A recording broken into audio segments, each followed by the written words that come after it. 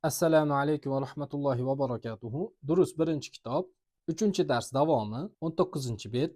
Huruful qamariyatu val hurufush shamsiyatu. Qamariy harflar va shamsiy harflar. Arab tili alifbosida 28 ta harf mavjud.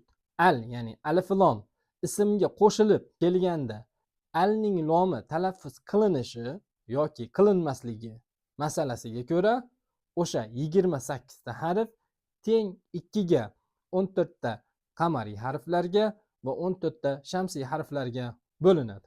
Qamariy harflar 14 ta.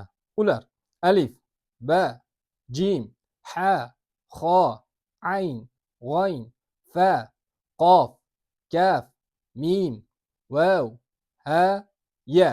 Aldan keyin 14 ta qamariy harflardan biri bilan boshlangan so'z kelsa, alning lomi sukunlik yoziladi va sukunlik talaffuz qilinadi. Masalan, babun eshik so'zini olaylik. Babun ba qamariy harf bilan boshlangan. Al kirgandan keyin lom sukunlik yoziladi va sukunlik talaffuz qilinadi, ya'ni o'qiladi. Al-babu bo'lib. Keyingi misol, jannatun bog' so'zi. Unga alif lom kirgandan keyin lom sukunlik yozilib, sukunlik talaffuz qilinadi, ya'ni sukunlik o'qiladi. Al-jannatu bo'lib. Qolgan misollar ham shunday.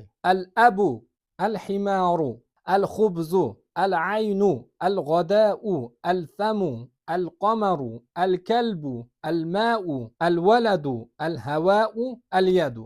Demak, aldan keyin ushbu 14 ta qamariy harflardan biri bilan boshlangan so'z kelsa, lom sukunlik yoziladi va sukunlik talaffuz qilinadi. Shamsiy harflar ham 14 ta.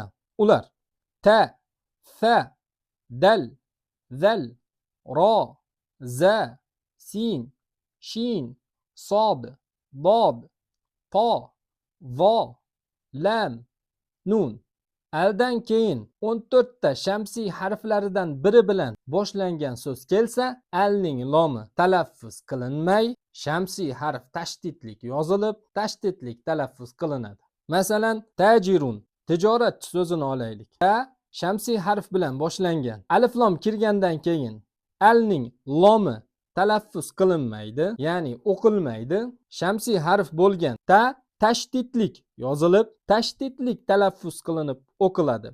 At-tajiru bo'lib. Keyingi misol, muz saljun so'zini olaylik. U ham fa shamsiy harf bilan boshlangan. Alif lom kirgandan keyin lom talaffuz qilinmaydi. Shamsiy harf bo'lgan fa tashdidlik yozilib, tashdidlik talaffuz qilinadi. As-salju bo'lib. Keyingi misollar ham shunday. Ad-diku, az-zahabu, ar-rajulu, az-zahratu, as-samaku, ash-shamsu, as-sadru, ad-dayfu, at-talibu, az-zahru, al-lahmu, an-najmu. Demak, aldan keyin 14 ta ushbu shamsiy harflardan biri bilan boshlangan so'z kelsa, alif lomning lomi talaffuz qilinmaydi. Undan keyin kelgan shamsiy harf tashdidlik yozilib, tashdidlik talaffuz qilinadi. Qamariy harflar bilan shamsiy harflarning farqi: alif lom kirgandan keyin qamariy harflarda lom sukunlik yozilib, sukunlik talaffuz qilinadi, ya'ni o'qiladi. Shamsiy harflarda esa unga alif lom kirsa, alif lomning lomi talaffuz qilinmay, shamsiy harf tashdidlik yozilib, tashdidlik talaffuz qilinadi, ya'ni o'qiladi. Kitobning 17-betida keltirilgan misollar. An-najmu ba'idun, yulduz uzoq. Ar-rajulu waqifun, kishi tik turgan. As-sukkaru hulvun, shakar shirin. At-talibu maridun, talaba kasal. Ad-diku jamilun, xo'roz chiroyli. Ad-daftaru jadidun, daftar yangi. At-tajiru g'aniyun, tijoratchi boy. Ad-dukkanu maftuhun, do'kon ochiq. Al-waladu faqirun, bola kambag'al. At-tuffahu lazizun, olma lazzatlik. Yana diqqatimizni qaratishimiz lozim bo'lgan masala, alning alifi qanday talaffuz qilinadi, ya'ni qanday o'qiladi.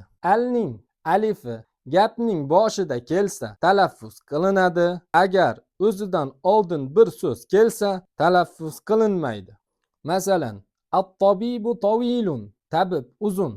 At-tabibu so'zidagi alif lomning alifi talaffuz qilinyapti, chunki gapning boshida kelmoqda. At-tabibu tawilun. Ammo o'zidan oldin bir so'z kelsa talaffuz qilinmaydi. Val maridu qasirun. Val maridu so'zidagi alif lomning alifi talaffuz qilinib o'qilmayapti, chunki aldan oldin vov harfi kelmoqda. Val maridu qasirun va kasal qisqa. Demak, alning alifi gapning boshida kelsa talaffuz qilinadi. Agar o'zidan oldin biror bir so'z kelib qolsa talaffuz qilinmaydi. Xulosa, bugungi darsda biz 3 ta masalani o'rganib o'tdik. Birinchisi qamariy harflar. Ular 14 ta bo'lib, so'z qamariy harflaridan biri bilan boshlansa va unga alif lom kirsa, lom sukunlik yozilib, sukunlik talaffuz qilinadi. Ikkinchi o'rgangan masalamiz shamsiy harflar. Ular ham 14 ta bo'lib, so'z shamsiy harflarni biri bilan boshlansa va unga al kirsa, alif lomning lomi talaffuz qilinmaydi. Shamsiy harf tashdidlik yozilib, tashdidlik talaffuz qilinadi. Uchinchi masala, alning alifi gapning boshida kelsa talaffuz qilinadi. O'zidan oldin bir so'z kelsa talaffuz qilinmaydi. Keyingi darslarda ko'rishguncha assalomu alaykum va rahmatullohi va barakatuh.